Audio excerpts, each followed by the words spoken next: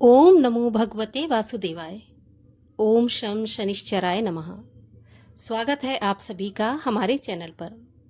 आज के इस वीडियो में हम आपको सुनाएंगे शनिवार व्रत की कथा, परंतु उससे पहले हम आपको सुनाएंगे एक ऐसी अद्भुत कथा जिसमें आप ये जानेंगे कि केले के वृक्ष की उत्पत्ति कहाँ से हुई और कैसे हुई।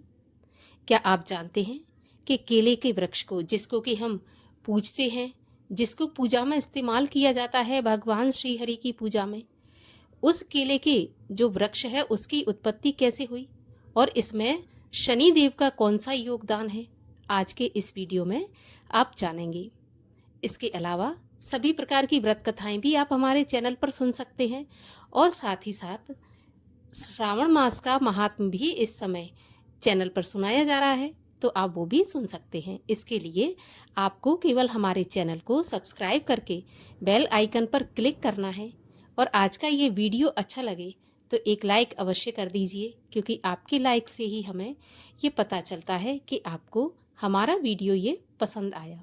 तो चलिए शुरू करते हैं केले के वृक्ष की उत्पत्ति की कथा। महर्षि दुर्वासा की पत्नी का नाम कदली था।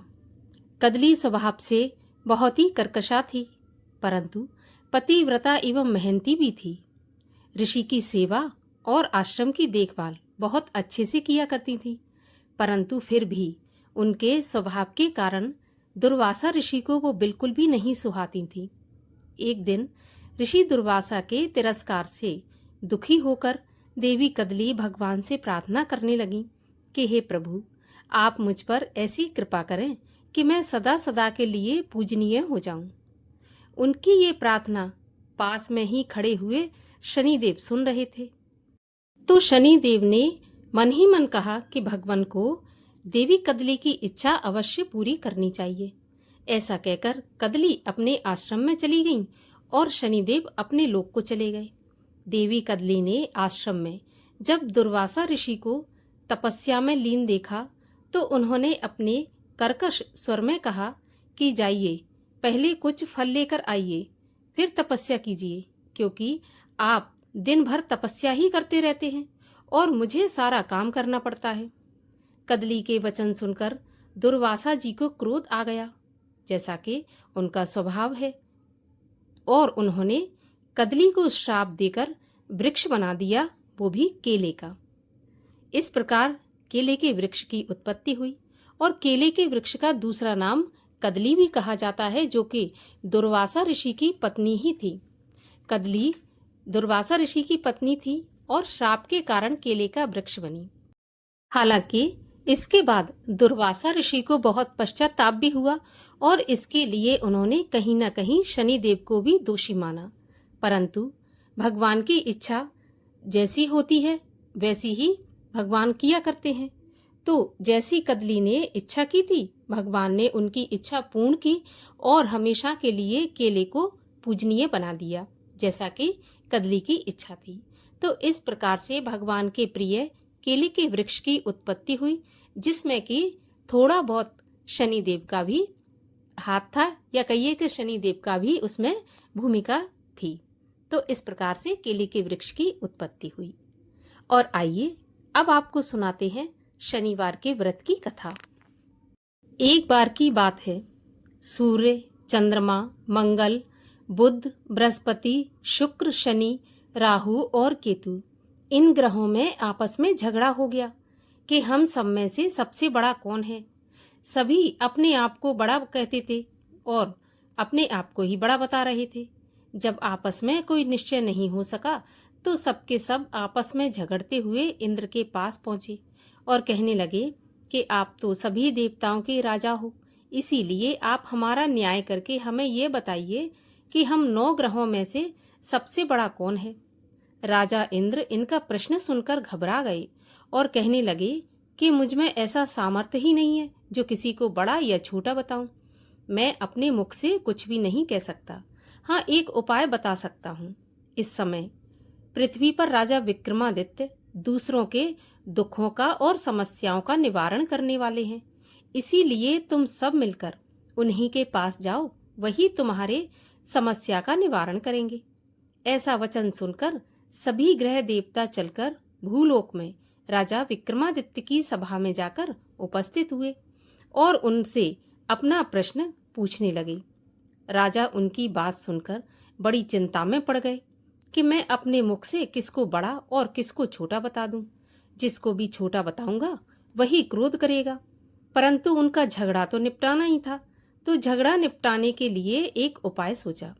उन्होंने सोना, चांदी, कांसा, पीतल, शीशा, रांगा, जस्ता, अभ्रक और लोहा, इन 9 धातुओं के 9 आसन बनवाए।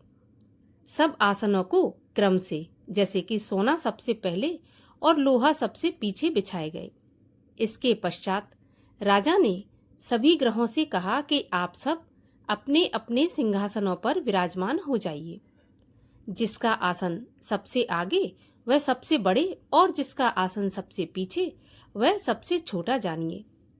अब क्योंकि लोहा सबसे पीछे था और वह शनिदेव का आसन था, तो इसीलिए शनिदेव समझ गए कि राजा ने मुझको सबसे छोटा बना दिया। इस पर शनिदेव को बड़ा क्रोध आया और कहा कि राजा, तू मेरे पराक्रम को नहीं जानता। सूर्य 1 राशि पर 1 महीना, चंद्रमा 2.25 दिन, मंगल 1.5 महीना, बृहस्पति 13 महीने, बुध और शुक्र 1 महीने, परंतु मैं 1 राशि पर 2.5 अथवा 7.5 साल तक रहता हूँ। बड़े बड़े देवताओं को भी मैंने भीषण दुख दिया है। राजन सुनो, जब राम जी को 7.5 आई तो उन्हें वनवास हो गया, और जब रावण पर आई तो राम और लक्ष्मण ने सेना लेकर लंका पर चढ़ाई कर दी और रावण के कुल का नाश कर दिया। राजा, अब तुम सावधान रहना। राजा कहने लगा, जो कुछ भाग्य में होगा तो देखा जाएगा। उसके बाद अन्य ग्रह तो प्रसन्नता के साथ चले गए, परंतु शनिदेव बड़े क्रोध के साथ वहां से सिधारे।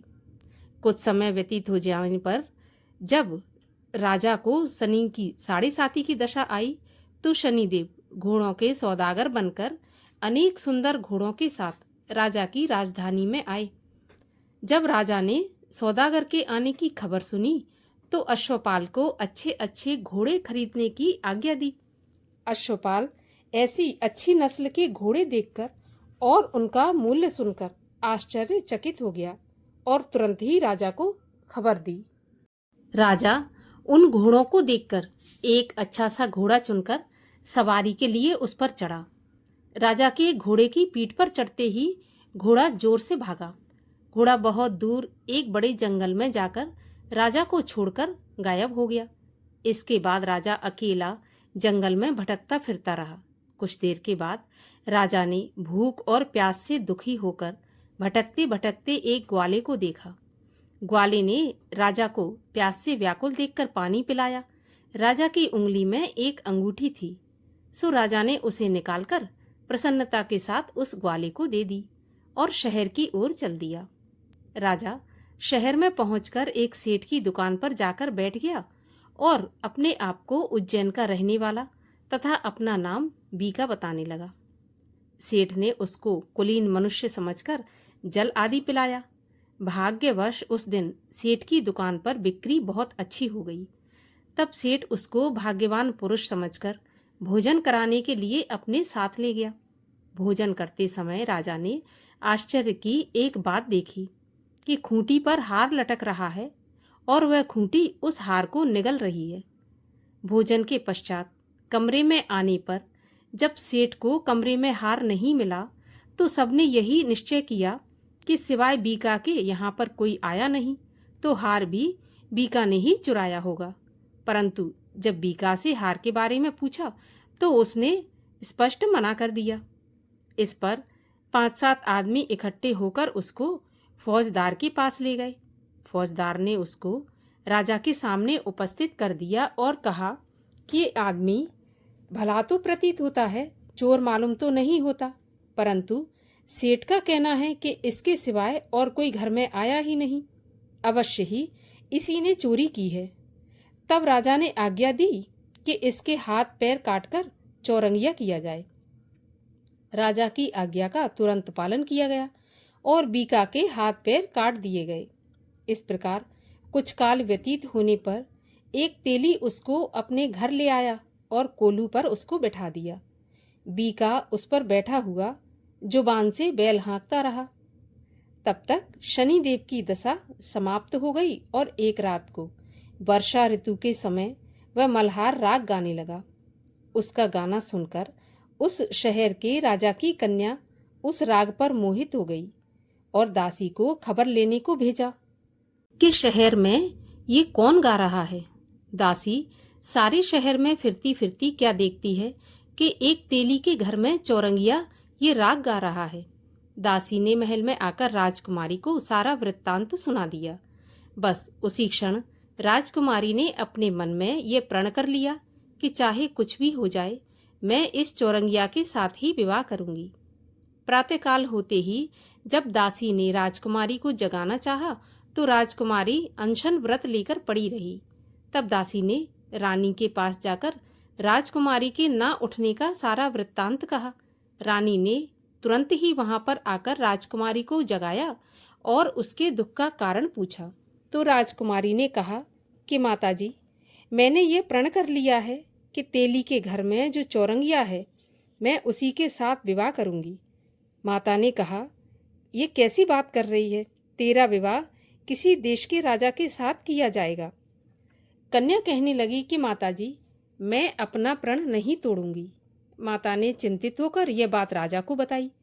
जब महाराज ने भी आकर यह समझाया कि मैं अभी देश देशांतर में अपने दूत भेजकर सुयोग्य, रूपवान एवं बड़े से बड़े गुणी राजकुमार के साथ तुम्हारा विवाह करूंगा, ऐसी बात तुमको कभी नहीं सोचनी चाहिए।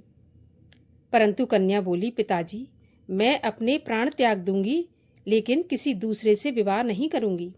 इतना सुनकर राजा ने क्रोध से कहा कि यदि तेरे भाग्य में ऐसा ही लिखा है तो जैसी तेरी इच्छा हो वैसा ही कर।